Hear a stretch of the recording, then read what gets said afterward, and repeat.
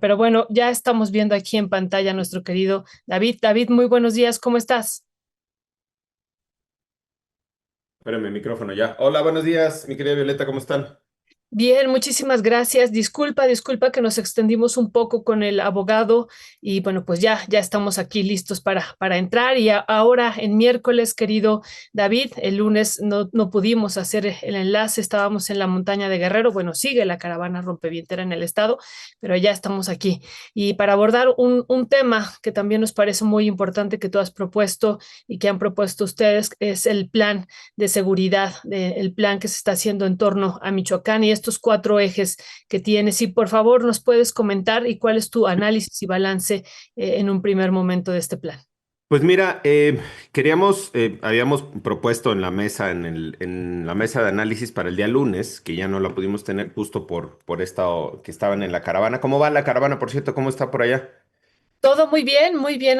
Nosotros regresamos, un grupo regresamos hace algunas horas, pero el otro grupo sigue allá en campo y está ahora desde Cochuapa el Grande y estaremos haciendo un enlace más al rato. Muy tenso e intensa la situación, David, porque les comentábamos que ahora pues hay una situación pues más compleja en términos, ya que el crimen organizado está pidiendo derecho de piso a las y los jornaleros y entonces esto complica aún más la situación, pero pues duro, David, por un lado, y por el otro lado, pues también contentos de estar haciendo y contentas esta labor.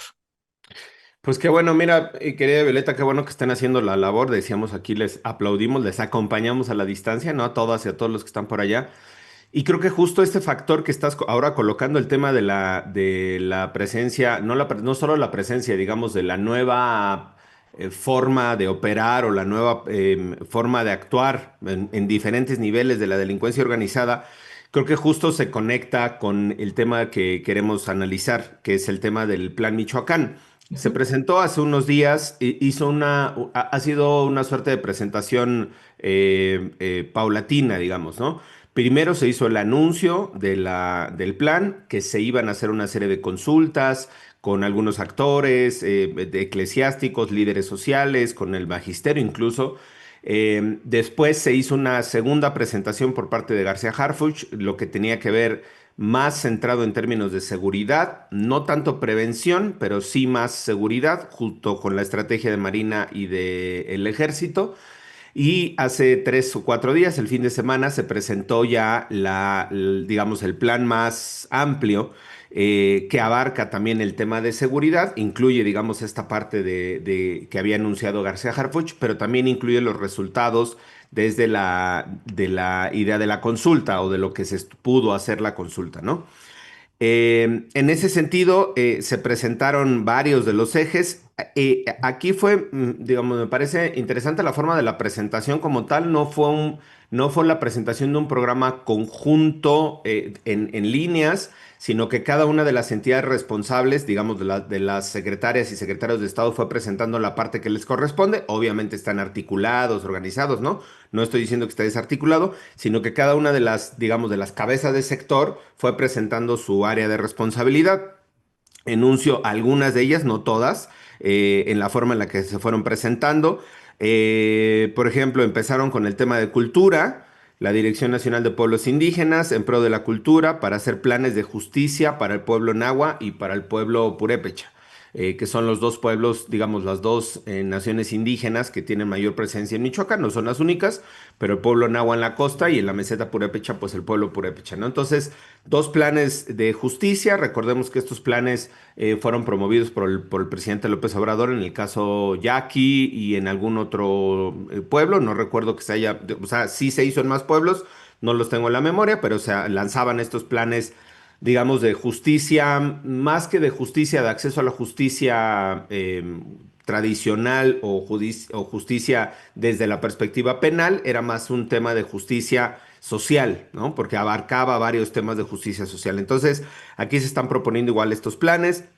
Ampliar los centros libres para las mujeres, que son estos espacios donde se pueden presentar las denuncias de mujeres que son víctimas de violencia, recibir acompañamiento psicológico, recibir algunos programas sociales, digamos, ¿no? En esta lógica de atención de la violencia contra las mujeres. otras acciones de difusión cultural, promover artistas, comunitarios. Esto se vincula con un tema de promoción del turismo también, en una estrategia de promoción turística, de colocar a Michoacán o redimensionar a Michoacán como un polo turístico, como un centro turístico de atención, digamos de atracción más bien turística. Un incremento a microcréditos de financiamiento para personas, eso lo anunció la SEDATU.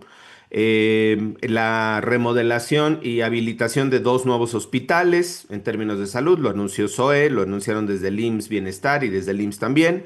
La creación de una clínica de adicciones gratuitas, otros hospitales, se ampliará la infraestructura hospitalaria. Las becas también, las becas que ya están del gobierno, desde el gobierno anterior y en el actual gobierno, se van a ampliar las becas desde la SEP, eso lo anunció la SEP, también las becas desde Bienestar, se va a ampliar, digamos, el padrón de personas beneficiarias para recibir los apoyos de otros programas sociales. Y bueno, algunas obras de infraestructura, programa Jóvenes Construyendo el Futuro, otro programa de integral de la cultura. Hay un tema ahí de producción, lo estoy leyendo en el teléfono, digamos, haciendo el recuento para irlo comentando. Algo que tiene que ver con productores para el acopio de maíz, se va a establecer mesas de trabajo con los citricultores también para el tema del limón, y una inversión de 335 millones de pesos para el desarrollo sustentable, para la producción, ayudar a la producción de limón, mango, caña de azúcar, aguacate y berries. El plan considera un polo de desarrollo económico para el empleo, turismo, esto que decíamos, algo de infraestructura y desde la parte de seguridad, que es la parte dura, digamos, ¿no? El titular de la Marina confirmó que tendrán un despliegue de 1,781 elementos, más los del ejército, más los del ejército traerá 1,980, más lo de la Guardia Nacional. Están haciendo un total de 10,000 elementos, más o menos números gruesos, digamos, ¿no? Se va a hacer un plan para la extorsión, para prevenir o combatir la extorsión, y el único elemento que se va a incorporar en la fiscalía, y con esto termino el recuento, es de la Fiscalía del Estado, es el impulso, el financiamiento para la creación de una unidad de investigación especial de delitos de alto impacto, que no tiene la Fiscalía. A grosas líneas, digamos, a grosso modo, esto es más o menos lo que contiene el plan. Obviamente el tema de la estrategia de seguridad es un despliegue territorial, ¿no? La presencia en puertos de la Marina, la presencia del Ejército, la Guardia Nacional. Y termino, digamos, esta parte de la presentación, pero no veo yo ninguna acción para desmantelar o separar más bien lo que decíamos aquí en las mesas hace más de 20 años, se empezó a conjuntar en Michoacán, y que es esta connivencia entre delincuencia organizada y poder político.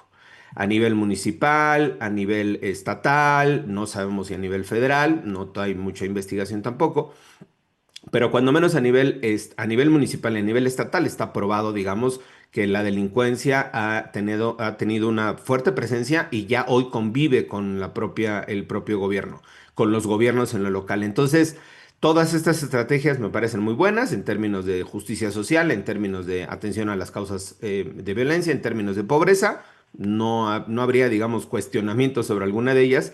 Yo más bien diría lo que no está en el plan. Lo que no está en el plan es esta parte de romper, de cómo se va a atacar o cómo se va a fragmentar la presencia de los grupos de delincuencia organizada en lo local, cómo se va a hacer esta separación entre el poder político y el poder criminal, cómo se van a recuperar los territorios que hoy están bajo gobierno, bajo control de la delincuencia organizada, tampoco se habló.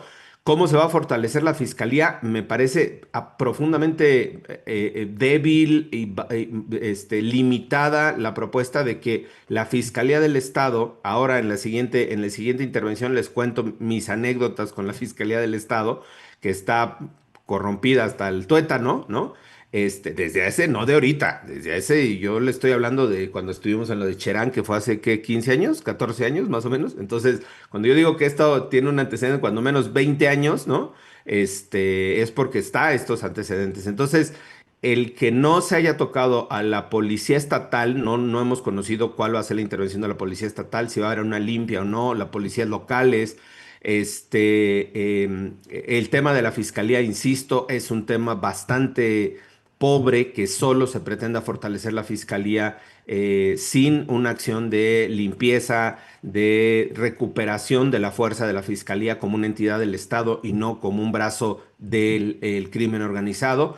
Creo que todo esto que está por fuera es lo que más bien yo no cuestionaría. Ojalá que se vayan identificando todos estos otros espacios, todos estos vacíos que se quedaron en este plan, pensando igual que sea un plan evolutivo o que sea un plan que se vaya complementando, avanzando, y que en una segunda o tercera etapa podemos estar hablando, sí, de esta lógica también de prevención del delito, no solo en términos de las causas sociales, hay otros factores de términos de prevención del delito, en términos, por ejemplo, de violencia comunitaria, no hay un tema de atención a violencia comunitaria tampoco. Entonces, creo que hay estos otros elementos, y cierro ya, perdón, van 3 veces que digo que cierro, estos otros elementos son, creo, los que hacen falta de entrada en esta revisión que estamos haciendo del Plan Michoacán.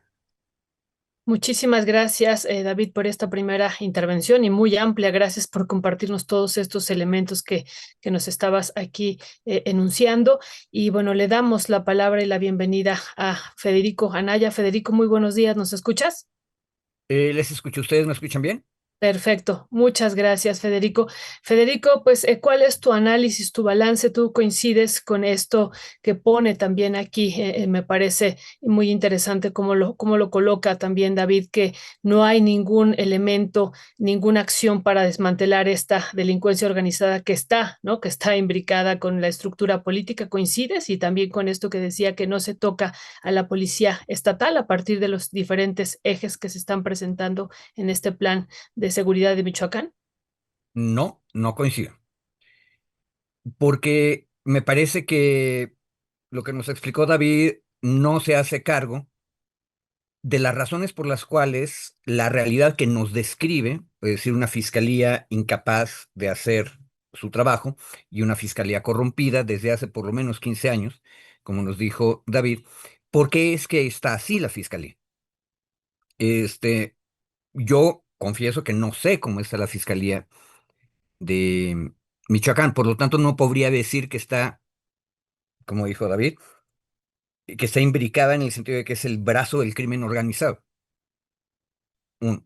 Dos, lo que sí sé del proceso de Michoacán es que lo que tienes en ese estado es una desestructuración de las instituciones políticas.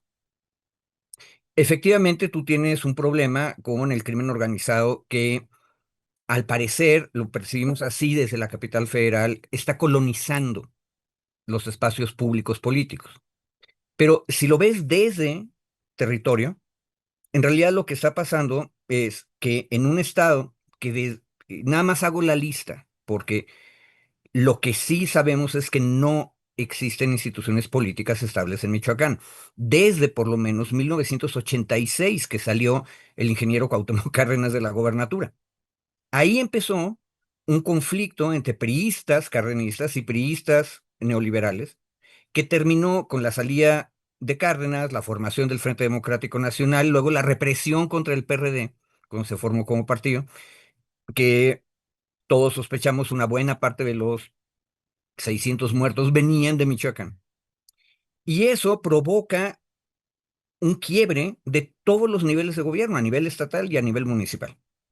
En ese contexto es en el que aparecen, y lo digo con conciencia, una serie de intentos de autodefensa del tejido social michoacano, que incluyen, y eso va a provocar histeria, lo sé, a la familia michoacana. La familia michoacana nace, y lo tenemos documentado, como una defensa de los comerciantes en pequeño en contra de los Zetas y el cártel de Tamaulipas que trataron de colonizar la ruta que va del puerto de Lázaro Cárdenas hacia el norte. Ahora, eso provocó un nivel de violencia tremendo y la familia michoacana nace como defensa de la sociedad en contra de eso. De ahí su discurso tradicionalista, familiar, católico. terminan haciendo lo mismo, violentando a la sociedad y una facción de ese grupo se forma como caballeros templarios.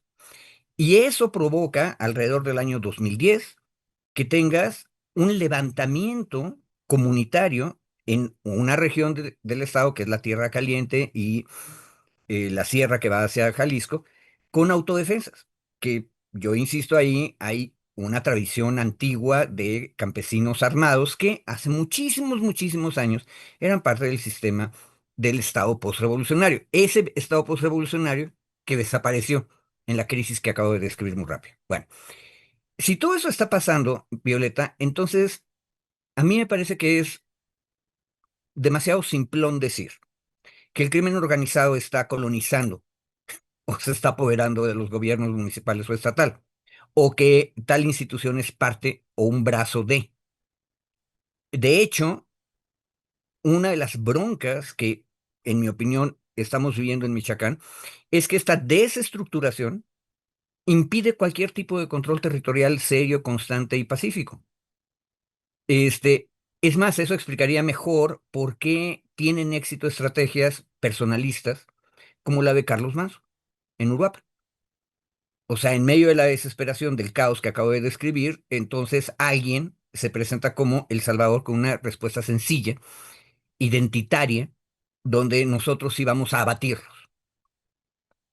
Entonces, no estoy yo tan seguro. Y ojo, de hecho, después de no estar con David, yo sería muchísimo más rudo que él sobre el Plan Michoacán.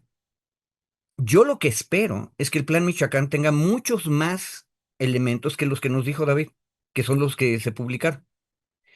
Ese plan tendría que hacerse cargo del fenómeno de desestructuración que acabo de describir y preguntarse cómo va a reorganizar el tejido social en todos sus términos.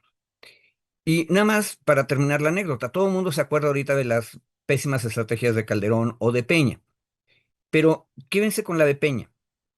Peña estuvo a punto de hacer lo correcto cuando envió a este rarísimo comisionado cuasi virrey Castillo a Michoacán. Y digo, estuvo a punto de hacer lo correcto porque no lo hizo.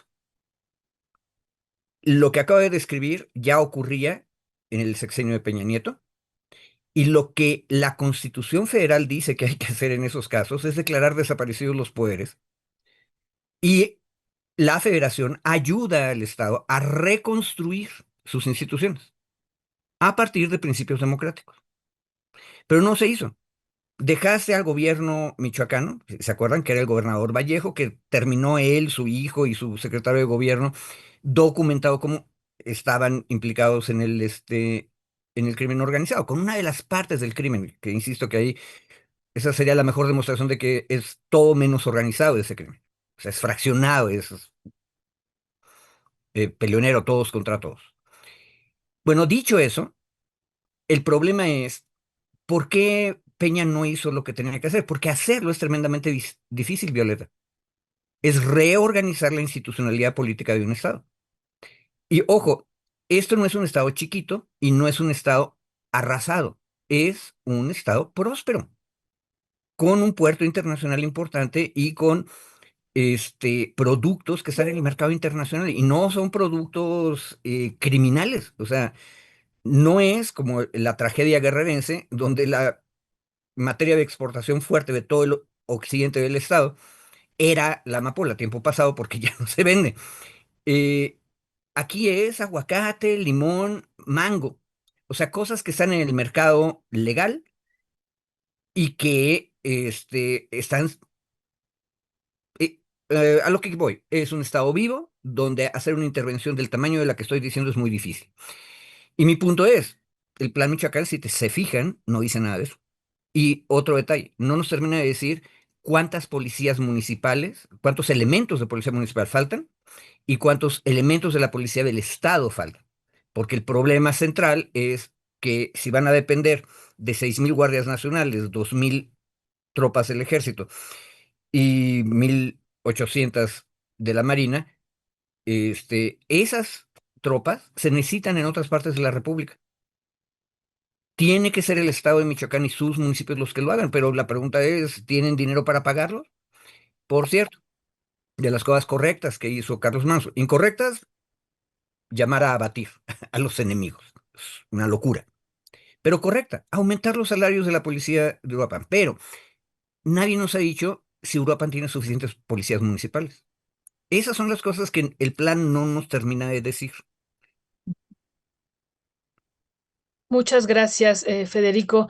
Pues le damos la palabra a David. Nada más estoy aquí revisando el plan Michoacán por la Paz y la Justicia y ahorita les iremos poniendo también algunas láminas y una de ellas, David, y bueno, también que tú pudieras reaccionar a lo que ha comentado ahorita Federico y decías en una segunda intervención, les voy a explicar la experiencia que he tenido con la Fiscalía Estatal, ¿no? Desde hace 15, 20 años nos decías, pero bueno, una de las láminas que está contenida en este plan de justicia es el incremento del número de elementos que va a haber de la Guardia Nacional, que pasará a 10.506 elementos y 100.781 de la Marina, ¿no? Son datos ahí en específico que están imbricados o que están planteados también como parte de este plan. Y bueno, eso también hay que tomarlo en cuenta, queridos David y querido Federico, ¿no? Para explicarle a la audiencia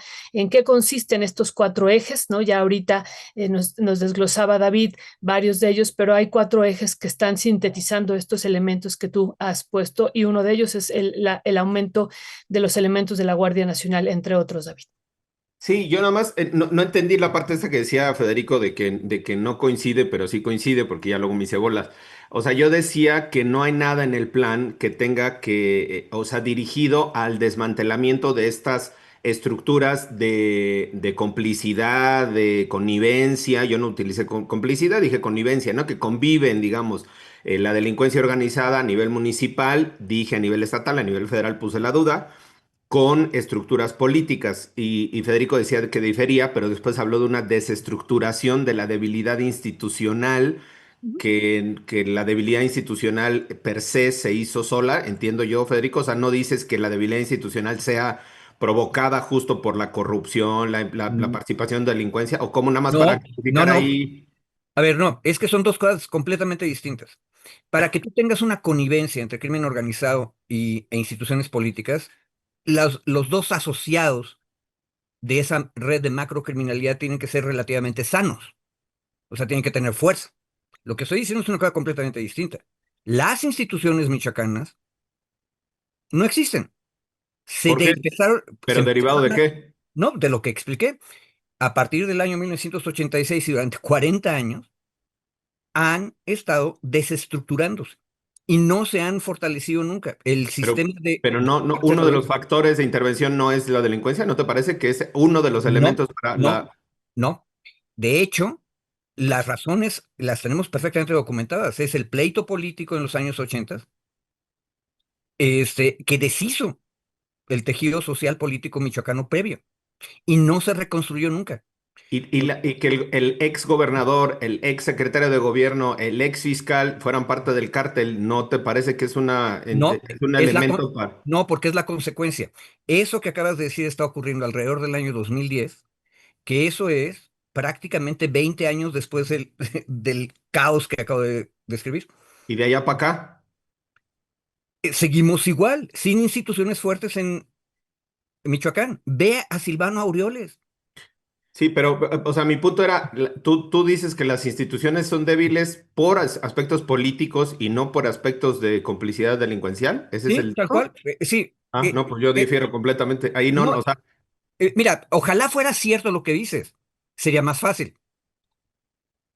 pero no, yo creo que no. yo no creo que sea tan fácil. Justo por eso, o sea, yo creo que hay varios factores, coincido en la debilidad institucional contigo, o sea, y mi punto era ese, hay varios factores. El factor político puede ser uno de ellos, por supuesto, el factor de división de los grupos, los intereses, por supuesto, y el factor delictivo me parece que es un elemento también muy fuerte de presencia en el Estado, en control territorial, en dinero, en armas, en todo. Entonces, si vamos a desagregar, digamos, que está desestructurada las instituciones del Estado, coincidimos en esa parte, ¿no? Yo sí creo que una parte importante, y ahí es donde está la diferencia, es derivado de la fuerte presencia de la delincuencia organizada y que se ha metido literalmente, yo decía, hasta el tuétano. Y en estas experiencias, una sola sobre el caso de la fiscalía, ya lo había creo contado aquí en algún momento, pero cuando estábamos llevando justo los procesos entre 2011 y 2014, digamos, más o menos en ese periodo, en alguna vez platicando con el entonces gobernador Leonel Godoy, que fue en 2011, tuvimos reuniones con él en la mesa de trabajo y nos cita después, ese mismo día en la tarde, a su casa privada. Entonces vamos a su casa privada y nos dice, oigan, es que lo cito aquí porque de la gente que está en la mesa de gobierno no confío de la mayoría porque trabajan para la delincuencia organizada. Escena uno. Aquí vamos a diseñar el plan, que se lo voy a pasar directo al ejército porque son los únicos en los que confiamos y en los demás no.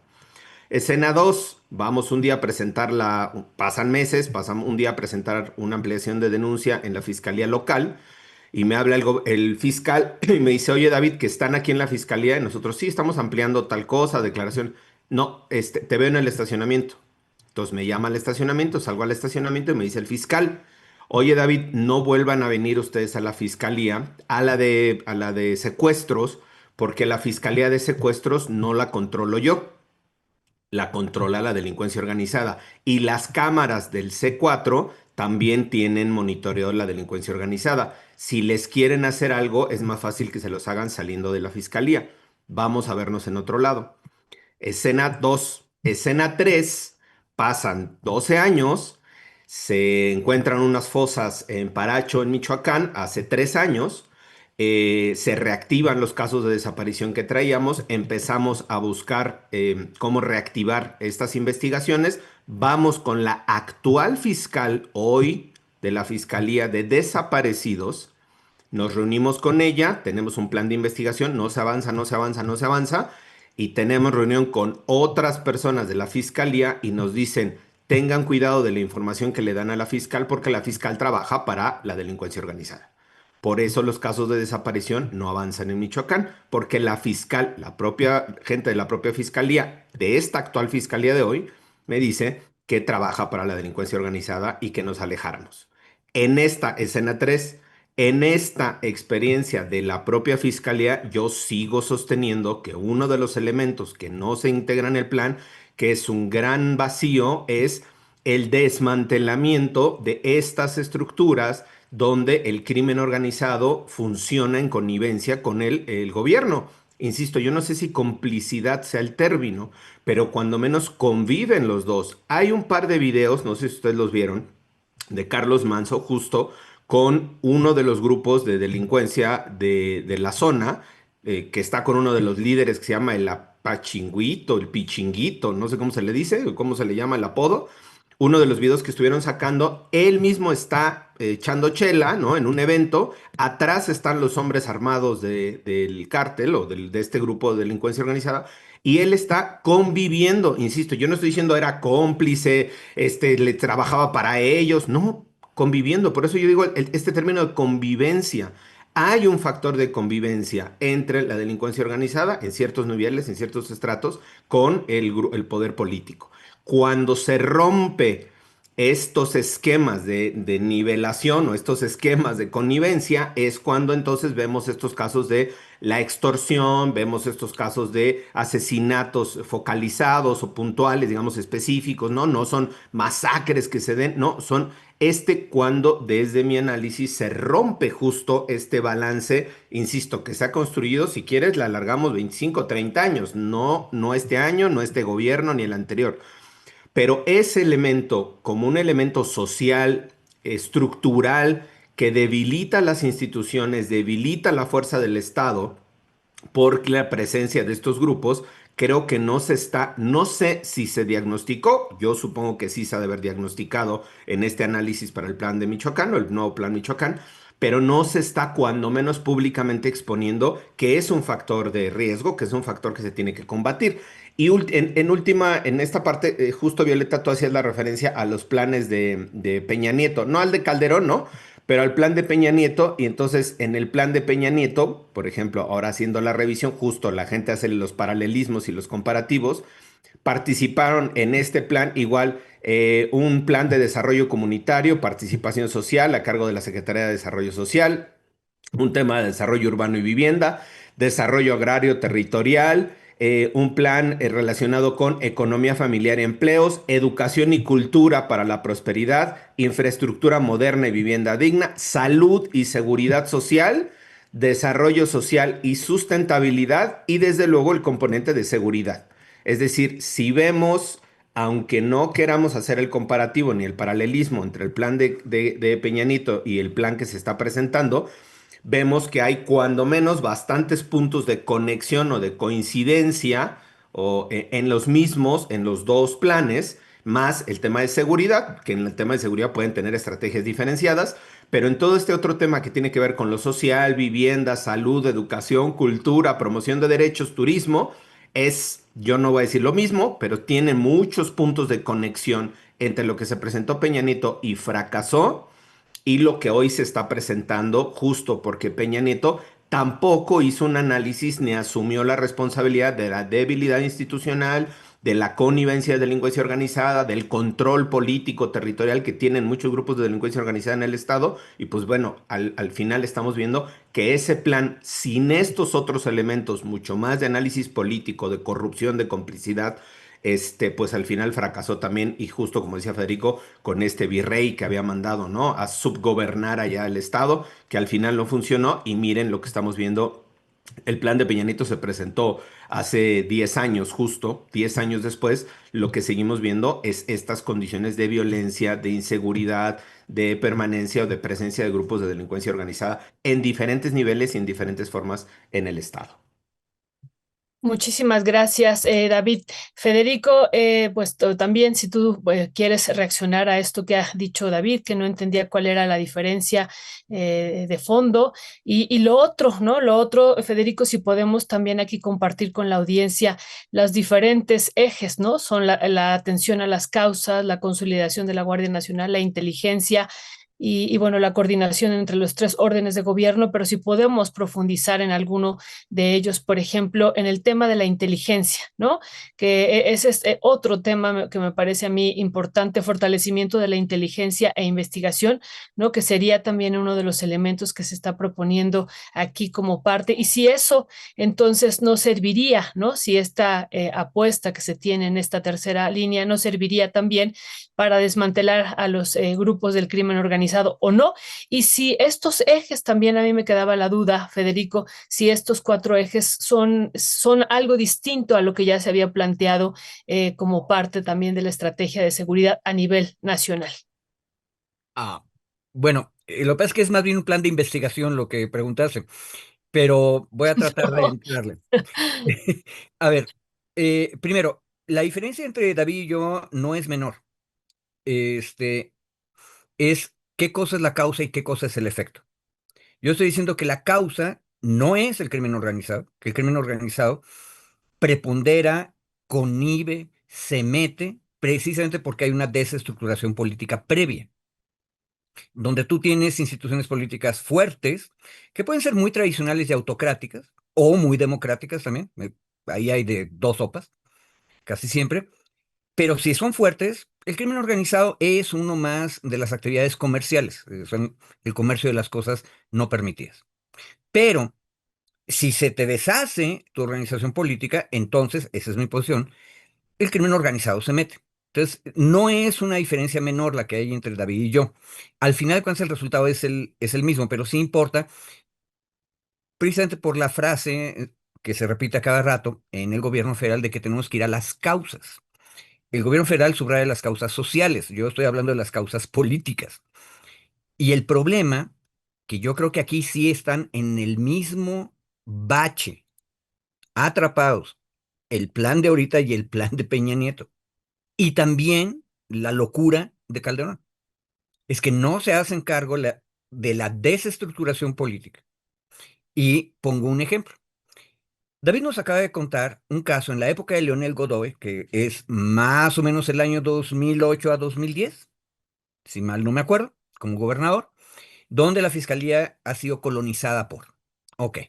Y luego salta a un ejemplo de hoy. Bueno, si las labores desde la federación, que ahorita va a ayudar a Michoacán, entonces interviene, pone 10,000 hombres en el terreno, pero también a través de la Secretaría Federal va a hacer inteligencia.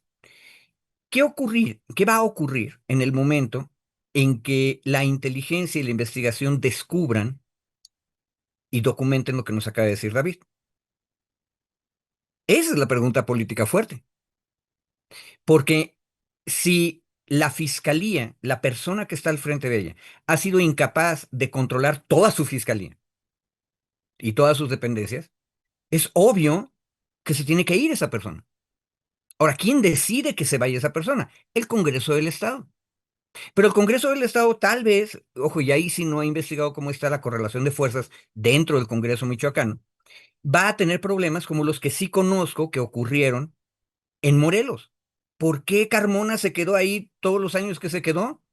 Porque había un pacto político, que no es crimen organizado, que es la parte interesante, que le permitía a él estar ahí. Entonces, mientras no cambies eso, entonces no puedes sacar a Carmona. Tuvo que venir la elección de nueva gobernadora en Morelos. No estoy seguro cómo está la situación en Michoacán, pero mi punto es, una vez que la inteligencia, que es completamente una buena idea, hagamos inteligencia seria, documentemos las cosas, entonces documentamos lo que David nos dijo como ejemplo, quien tiene que limpiar la fiscalía es el Congreso del Estado. Pero el Congreso del Estado necesitaría tener una legitimidad y una estructura política social fuerte para poder hacer eso, porque si no, a ver, no sé si se da cuenta la audiencia de lo patético que es el retrato que nos hizo David, y se lo creo. O sea, ¿qué tipo de gobernador es Leonel Godoy? Que tiene que irse a su casa a esconderse, que no controla su propia casa de gobierno. Eso te da una idea de la debilidad institucional de la que yo hablaba. Ahora, ¿por qué Peña no se atrevió a hacer lo que la Constitución Federal dice, que es desaparece poderes y ayuda al Congreso del Estado para que nombre un nuevo gobernador y convoquen elecciones y reconstruyan la institucionalidad política? Porque Peña Nieto venía de los 40 años de guerra prácticamente civil entre cardenistas contra priistas neoliberales que había destruido el sistema. Por cierto, como una pequeña lucecita al final de la oscuridad que acabo de decir, está la experiencia de Cherán. Cherán reconstruye el tejido social y político desde abajo. Ahora, el problema es que no lo puedes reproducir en todas las partes de Michoacán. Y eso debería ser parte del diagnóstico. Y ahí, Violeta, termino con lo último. No estoy tan seguro de que tengamos ese diagnóstico completo, y que lo tenga el gobierno federal.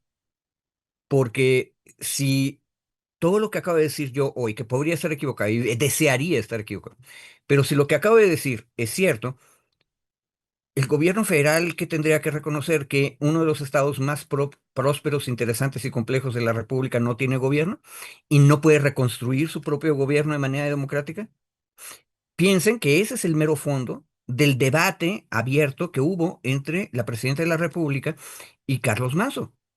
¿Cuál es la manera correcta de enfrentar a los delincuentes? Carlos Manso es una solución simplona, abatirlos. Eso no Ujú. arregla nada, no construye nada. Pero la pregunta crítica respecto del gobierno federal es qué sí tenemos que hacer. Y ahí, por cierto, David y yo estamos metidos en el mismo bache, porque no sabemos cómo hacerle para, digo yo, reconstruir la institucionalidad social y política, y dice David, para deshacer la connivencia. Exactamente, ¿qué habría que hacer? Yo puse un ejemplo. Si la inteligencia nos lleva a que la fiscalía está contaminada, pues lo que hay que hacer es correr a la fiscal o al fiscal y deshacer toda la institución y reconstruirla. Ahora, ¿quién hace eso? Y Yo, me explico por qué puede ser que sí. no tengan el diagnóstico, más bien no quieren tenerlo. Ujú. Yo sobre esto mismo que decía Federico Violeta, el tema justo en proporción municipal, ¿no? El tema de Cherán, que ponía como ejemplo, obviamente es una comunidad muchísimo más pequeña, bueno, tampoco es tan pequeña, tiene 20,000 habitantes más o menos la comunidad, ¿no? Entre migrantes y las personas residentes y avecindados, pero Lo que se hizo ahí en Cherán, en el primer momento en el que ya se había identificado que la presidencia municipal, la gente de la presidencia municipal estaba, y ahí sí utilizamos, aquí alguien en el chat aclaraba y decía, es que utilizan convivencia y connivencia, que no son lo mismo. Y yo justo indistintamente utilizaba los dos, porque creo que los dos se actualizan. Conviven, de convivir, y conniven, de connivir, de que hay cierta tolerancia, ¿no? Connivencia, dice la RAE, es disimulo o tolerancia, ¿no? Es como volteo para otro lado, literalmente, ¿no? Es connivencia. Y convivencia, pues es esto que vemos que conviven literalmente, que pueden departir incluso, ¿no? Entonces, nada más haciendo esta nota que sí utilizamos los dos términos, entre connivencia y convivencia, aunque sabemos que son distintos. Eh, lo que pasó ahí en Cherán se identifica, ya se sabía, decía yo, que la presidencia municipal estaba coludida ahí sí con la delincuencia organizada. Viene el levantamiento el 15 de abril del 2011 y lo primero que hace la comunidad es desmantelar la estructura política de connivencia con delincuencia organizada.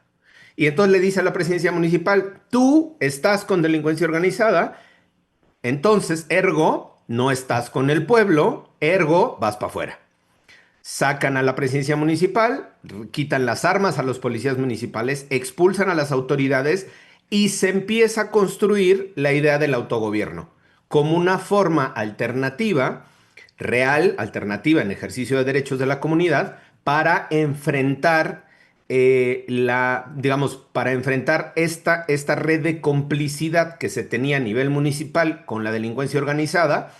Dice la comunidad, si nosotros repetimos y cambiamos de presidente o presidenta municipal, es decir, te quitamos tú y ponemos a otro, la estructura de complicidad y de corrupción se mantiene, porque lo único que estamos haciendo es cambiar a la cabeza o cambiar a la titularidad. Lo que hace Cheranes dice, no, ese formato y ese modelo no me conviene a mí, ¿no? Como pueblo, porque está sujeto a actos de corrupción y de connivencia con delincuencia organizada. Entonces, desconozco ese modelo y adopto mi propio modelo de consejo de autoridades autónomas. ¿Cuál es la diferencia? Nada más como para el dato anecdótico. Cherán está dividido en 4 barrios, más o menos en proporción poblacional, no es exactamente, pero más o menos en proporción poblacional. Y lo que se hizo para evitar justo que se repitieran estas estructuras, estos esquemas de corrupción y de complicidad con delincuencia, era que cada barrio, por sistemas normativos tradicionales, nombrara a 3 representantes de su barrio que fueran al Consejo Mayor. Esto da la formación de un consejo mayor de 12 personas, hombres y mujeres elegidos por la gente, lo que complejiza, no es imposible, pero complejiza las acciones de corrupción, las acciones de que se meta delincuencia organizada, ¿no? Ha habido muchos intentos a lo largo de más de esta década, de más de estos 10 años que se llevan de lucha, para que se abran, digamos, entre comillas, espacios para que haya estos diálogos, pues lo estoy hablando muy eufemísticamente, ¿no? Con grupos de delincuencia organizada y la comunidad se ha resistido. Esa fue la fórmula para desestructurar estas alianzas que se tenían entre presidencia municipal, poder municipal y delincuencia organizada. Esta otra fórmula, como decía Federico, no es aplicable a nivel estatal, pero si seguimos un ejemplo de algo que ha funcionado, que es hoy aún, a pesar de todas las complejidades y adversidades que se les ha puesto en el camino, el autogobierno de Cherán, con este Consejo Mayor de 12 personas electas por el propio pueblo, sigue funcionando, sigue operando. Ya llevan, creo que 6 consejos mayores nombrados desde ese entonces hasta la fecha. Sigue funcionando. Entonces, ahí, insisto, ese ejemplo nos sirve también para a nivel estatal. Uno de los puntos clave, me parece, insisto, y regreso al punto original, es reconocer esto de la connivencia, de la estructura, la desestructuración, de la debilidad institucional, como le queramos llamar, digamos, o identificar, y actuar en consecuencia. Y la otra igual es el tema de responsabilidades políticas y de responsabilidades eventualmente penales también de los últimos 5, 6, 8, 10, 15 años, los que quieras, pero, 40. o 40, pero si nos vamos, o sea, pensando que la presencia y la fuerza de delincuencia organizada lleva, pongamos, de 25 años, 40 desde la parte política, pero desde los últimos 25 años, digamos, ya en delincuencia organizada, solo, y digo, un gobernador, ya salió el secretario de gobierno, salió ya de la cárcel, hay 4, 5, quizá 10 servidores públicos en 25 años que han sido sancionados, ¿no? O investigados o tal, y todos los otros que de mayor o menor medida han participado, facilitado, volteado para otro lado, están sin ninguna responsabilidad, ni política ni penal. Y no estoy pensando solo en sanción, cárcel, métanlos al cárcel, no. Tiene que haber también asumir una responsabilidad porque este debilitamiento institucional y llegar al grado donde se está en Michoacán, que ha sido cíclico, no se llega de la nada. Hay todas estas estructuras que se mueven para que esto siga así funcionando, entre comillas, ¿no? Dentro, incluso incorporando, como dice Federico, al narco, como dijiste, como en economía, de productos no lícitos o no sé qué, A ¿no? ver, no, no, sí, una cosa. Lo que pasa, a ver, ahí interrumpo y tomo. Sí, sí, sí, síguele, Por, síguele. por un detalle. Yo creo que para discutir política tenemos que dejar a nuestra tía panista y persinada afuera de la habitación. Este, el crimen organizado es comercio de productos no legales. Y el mejor ejemplo, ese es el mantra que hay que repetir siempre, es el alcohol. A veces lo hacemos legal y a veces lo hacemos ilegal, y entonces se vuelve crimen organizado, se vuelve actividad económica. Pero lo que sí es constante es la articulación social y política de las instituciones. Y nada más un detalle, ahorita mientras David nos explicaba cómo sí funciona Cherán, David empezó con una parte que es profundamente romántica y muy citadina. Es que Sechera no es pequeño, porque tiene 20,000 habitantes. Es cierto, 20,000 son muchos. El problema es que Uruapan tiene 350,000, que Michoacán tiene 5 millones, que Morelia tiene 900,000, Zamora 200,000, Pátzcuaro 100,000 y Zitácuaro 150,000. Ojo, y me fui a varias ciudades y no terminé todas las ciudades, porque lo que significa es que Michoacán es un estado, por cierto, que se parece mucho a Guanajuato, que tiene poblaciones muy grandes y cada una es centro rector de su región y tiene, por lo tanto, complejidades mucho más eh, enredadas que lo que podemos nosotros analizar aquí. Ahora, si eso es cierto, la pregunta es, lo que nos dijo David que se hizo en Cherán, no se trata de cambiar al presidente municipal porque va a ser exactamente lo mismo. Lo que tenemos que hacer es un sistema que desde abajo los esté vigilando. ¿Cómo le podemos hacer para reproducir eso? Ese es el reto. Y el problema es que la dimensión 20,000 contra Zitácuara 250,000 o Uruapan, que es donde está la crisis ahorita, 350,000. Probablemente en esta cuenta que hice es la segunda ciudad más grande del estado. Ojo, y por cierto, ni siquiera metí al puerto de Lázaro Cárdenas. Entonces, la pregunta es, ¿cómo replicamos? Yo creo que sí se puede replicar la experiencia de Cherán a partir de una política de participación popular amplia, de base, que eso lo puedes hacer en zonas urbanas, sin duda.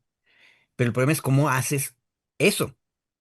Y si ustedes se fijan de la enunciación que nos hizo David, a mí no me queda claro quién está haciendo eso en el Plan Michoacán. Y ahí hay preguntas que tenemos que hacer. La Secretaría de Bienestar, que es la que ve cómo se están distribuyendo territorialmente los programas sociales, es también una correa de transmisión, tiene a los siervos de la nación trabajando ahí, que le permite darse cuenta qué es lo que está pasando en territorio. Esas son las cosas que tendríamos como audiencia y como comentaristas que ir a ver en el plan para ver si sí están o no están. Ojo, Mm. en Michoacán, si los siervos de la nación van a ir para allá, van a tener un reto muchísimo más feo que el Acapulco del huracán Otis, porque ahí es el desastre natural y más nada. Ahí lo que van a encontrar es lo que decía David. los enemigos que se quedaron ahí en el vacío institucional y se convirtieron en los dueños del changarro. Pero esa es la batalla fuerte. Ahora, pregunta, ¿tenemos eso en el plan o no lo tenemos? Sabemos que el de Peña no lo tenía. Aunque, por cierto, en Es la Hora de Opinar, Zuckerman invitó a una señorita cuyo nombre ahorita no me acuerdo, hace ayer o anteayer, donde le preguntó, oye, tú estuviste ahí en Michoacán en la época de Peña Nieto con el virrey Castillo. Y ella sí hizo territorio y explicó muchas cosas. La pregunta es, ¿cómo le fue?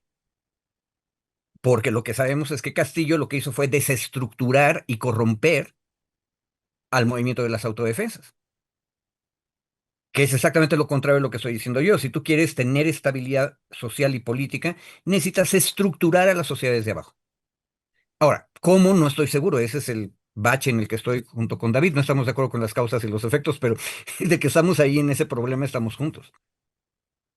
Muchísimas gracias, Federico. Sí, justo el plan de Michoacán, ahorita el que se presentó, el que se acaba de presentar, pues consta de 79 cuartillas. Aquí tenemos uno de ellos y es amplio, amplio, y vamos a poner aquí dos laminitas y ya para que vayamos cerrando sobre este tema, y si quieren o ya no, ya me dirán si hay tiempo para ustedes, podemos abundar brevemente sobre el segundo tema, pero tenemos este plan, los ejes, estos 12 ejes, querido Asa, si los podemos poner en pantalla, ¿no? Primero viene el tema de seguridad, luego el de desarrollo económico con bienestar y todo lo que hemos estado aquí compartiendo en algunos días sobre los polos de desarrollo, que es el primero, y viene la infraestructura, la parte de los programas del bienestar, educación, salud, vivienda, cultura, mujeres, jóvenes, todo esto que decía también el plan de justicia para pueblos indígenas, que ya decía David, y otra lámina que seguiría a esta, que nos llama mucho, mucho la atención, es el tema, y que con eso inicia también este plan,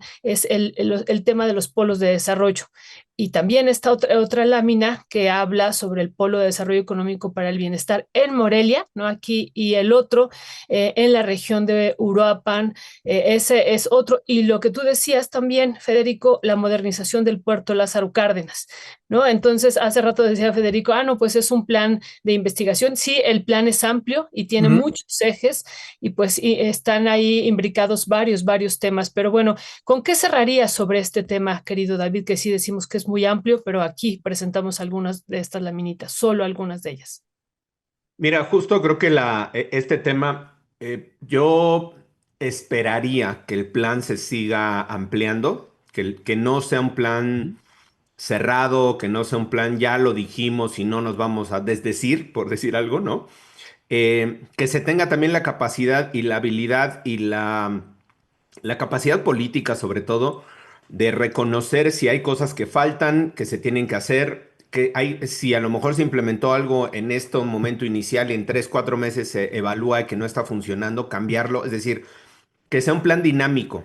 Me parece que yo le apostaría y creo que sería una diferencia con el plan, cuando menos de Peña Nieto, sin considerar el de Calderón, este, que sea un plan dinámico que sí se puede incluir a la participación, la evaluación de las consultas con la gente, con las comunidades, que sí sea un plan digamos, que tenga este enriquecimiento desde abajo, desde las propias comunidades, desde la propia gente, desde las propias organizaciones. Creo que eso va a ser un factor de diferenciación. Si se establece como un plan definido, desde estos son nuestro análisis y esto es lo que vamos a hacer, y seguridad y punto, o sea, seguridad y con todo esto que ya vimos, creo que no va a funcionar tampoco. No estoy vaticinando ni augurando, por el contrario, ojalá que sí funcione y que sí reduzca. Creo que otro de los elementos se tiene que incorporar, el tema de acceso a la justicia es algo fundamental. El tema de la debilidad, complicidad, desestructura, como queramos decir, de la fiscalía y de los entes de seguridad estatal, me parece que es un tema clave también, ¿no? Es un tema que se tiene digamos, que incorporar como parte del análisis. Y el último, yo creo que sí tenemos que también ver, no estoy viendo tampoco nada del tema de víctimas. A lo largo de estos 20 o 25 años, insistimos en el tema solo de delincuencia organizada, hay miles de víctimas de la delincuencia organizada en términos de desaparición, asesinatos, ejecuciones extrajudiciales, crímenes, así como el de Carlos Manso, muchos otros, digamos, no de ese, no como ese magnicidio político, pero de esa dimensión.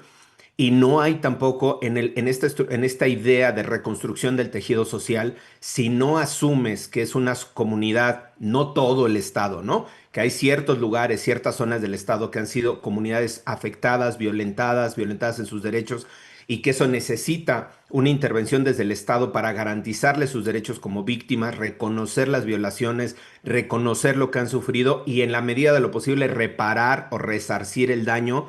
Creo que vamos a estar dando vueltas en una comunidad lastimada, en una comunidad herida, en una comunidad que no confía en el Estado, por todos estos ejemplos y toda la historia, y que al final quizá en algunos lugares puedan decir, bueno, pues el Estado no tiene una intervención conmigo, si el crimen organizado está aquí, pues los dejo, pues porque al final el Estado mismo los deja, ¿no? Y se vuelve una suerte ya ahí sí de convivencia con estos grupos. Entonces, creo que el tema, otra vez, el tema yo solo centraría en la participación, que sea un modelo activo, dinámico, desde las comunidades que participen en las organizaciones, que se amplíe mucho más el tema de acceso a la justicia, fiscalía, policías, todo esto, y este último tema que tendríamos que incorporar, digamos, o incluir también todo el tema de atención a víctimas, ¿no? Hay alguien aquí en el chat, nos ponía una compañera Patricia González y nos decía, oigan, ¿qué hicimos nosotros para que nos pusieran tres abogados al hilo en una sola emisión? Entonces ya no alarguemos más esto. Pero bueno, esas serían como algunas de las ideas de cierre, mi querida Violeta. Sí, tres abogados, pero realmente es un privilegio aquí tenerlos y escucharles y gracias, al contrario, muchísimas gracias. Yo entiendo eso como de broma, de broma. Así es que muchas, muchas gracias. Pues también, ¿con qué cerrarías? Gracias, David, Federico, ¿con qué cerrarías? Nada más un punto aquí, revisando ahorita también este plan, viene una parte amplia y ahí les compartimos también esta imagen sobre el tema del campo y se va producto por producto, ahí lo estamos viendo, ¿no? Limón, caña de azúcar, aguacate, pero en este plan que estamos revisando en estas 79 cuartillas no está ya el tema de las y los jornaleros agrícolas. El tema salarial sale, no sé por qué, lo tendremos que revisar más a fondo, pero era uno de los elementos que había puesto la presidenta la semana pasada como central. Y ahora que estuvimos en la montaña de Guerrero y que sigue la caravana por allá, una de las cuestiones que veíamos desde el centro jornalero, además de esto que les decíamos del crimen organizado que les pide derecho de paso, es que una parte importante de los que salen en esta época se van hacia Michoacán y van a vivir pues estas condiciones de explotación y sobreexplotación, ¿no? Y también en algunas de las entrevistas nos decían en este espacio, en algunos territorios donde vamos a trabajar, no dejan trabajar a los niños, pero en Michoacán, justo ahí es alguno de los territorios donde sí dejan trabajar a los niños, donde, bueno, se incurre en una ilegalidad, pero ahí están laborando. Entonces, a mí me llama la atención que ya no se meta, pero vamos a analizarlo más a fondo, porque no está, o si está planteado de otra forma. ¿Con qué cerrarías, querido Federico? Violeta, iba a cerrar con una cosa, pero ahorita que dijiste esto acerca de desaparece o no desaparece la cuestión de los jornaleros, fíjate, lo que está haciendo el plan, es decir, es importante revisar la producción de este, Cultivos, estas sí. commodities, ¿sí? Sí. Que aparte de todo son de exportación.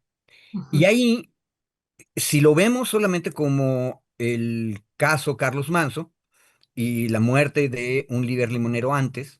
Entonces, ojo, los buenos y los malos son unos. O sea, los malos son el crimen organizado que coloniza el mercado de producción de la commodity y los buenos son los empresarios. Pero en lo que tú acabas de decir, los malos son los empresarios que utilizan trabajo de niños.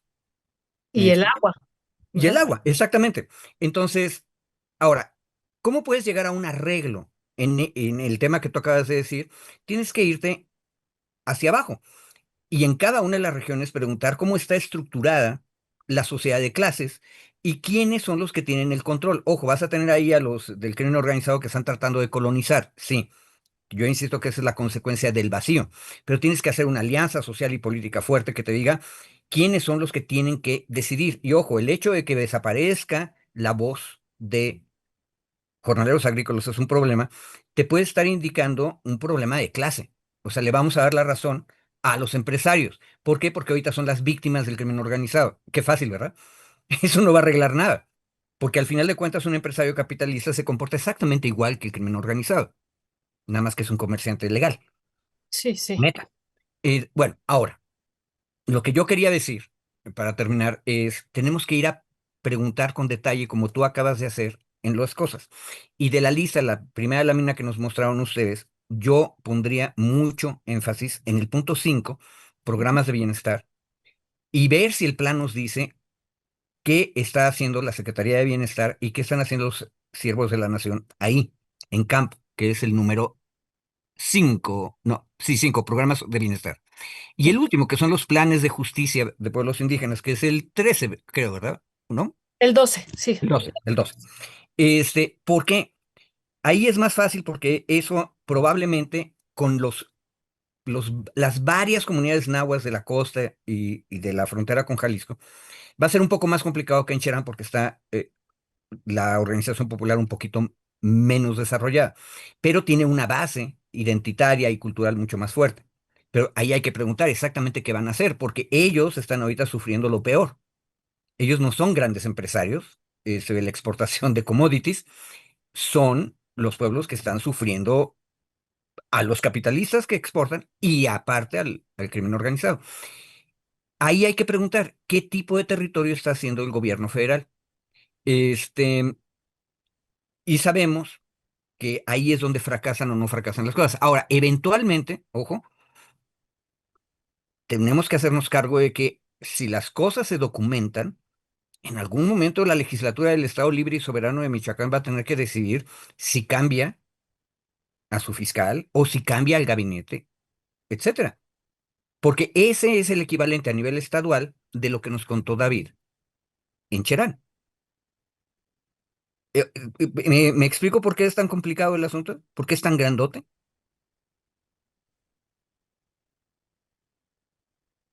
Muchas gracias a ambos. Gracias, querido Federico. Gracias, querido David.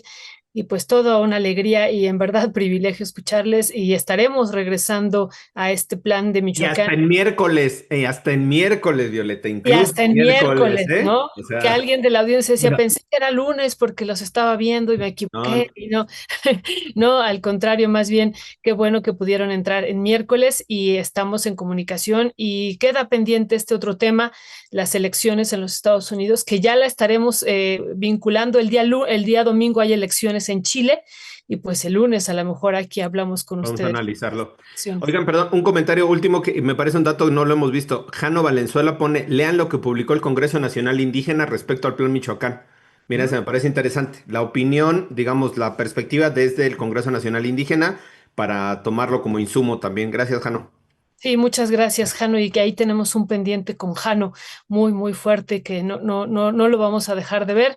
Pero fuerte, fuerte abrazo a ustedes dos y a Jano, y muchísimas gracias. Gracias, David. Gracias, Federico. Estamos Gracias, en compañeras, compañeros. Abrazos. Saludos al auditorio a todos. Pues sí, como dice David y Federico, pues un tema de gran complejidad con muchos elementos. Solamente esta última versión, han circulado ya varias versiones, pero esta última versión ya nombrada como el Plan de Paz y Justicia de Michoacán son 79 láminas. Esta es una presentación y pues están estos 12 ejes, de los cuatro se derivan estos 12 ejes de los 4 puntos que decíamos y pues sí vienen muchos de los elementos. Y esto que comentábamos, pues se centra después del tema de seguridad, viene todo el tema de desarrollo económico con bienestar y ese es el que más se desglosa, ¿no? Los polos de desarrollo para el bienestar, apoyo al campo, producción forestal sustentable, electrificación e internet, turismo y empleo.